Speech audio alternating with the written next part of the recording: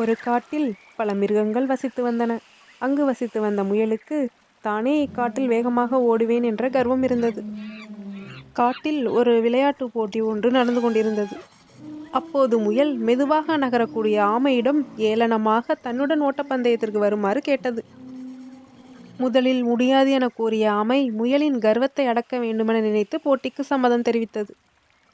பல மிருகங்களுக்கு இடையில் போட்டி ஆரம்பமானது. தூரத்தை தீர்மானித்த பின் ஓட்டப்பந்தயம் துவங்கியது. முயல் ஆமையை விட பன்மடங்கு வேகத்தில் ஓடக்கூடியது. ஆமையோ மனம் தளராமல் தன்னுடைய பயணத்தை தொடர்ந்து கொண்டிருந்தது. முக்கால்வாசி தூரம் வேகமாக ஓடிய முயல் வழியில் ஒரு அற்புதமான சோலையை கண்டதும் நிதானித்தது. சரி, சிறிது நேரம் ஓய்வெடுத்து விட்டுதான் செல்லலாமே என ஒரு மரத்தின் அடியில் உறங்கியது. வெகு நேரம் கழித்து நம்பிக்கையின்றி அந்த வழியே வந்து கொண்டிருந்த ஆமை முயல் தூங்கும் காட்சியை கண்டு மனதுக்குள் மகிழ்ந்தது. ஆனால் முயலோ பந்தயத்தில் ஜெயிக்க போற கனவுல மூழ்கிடுச்சு.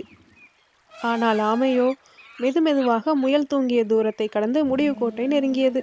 அந்த நேரம் தூக்கம் கலைந்த முயல் ஆமை எல்லையை நெருங்கியதை கண்டு ஓட்டம் பிடித்தது.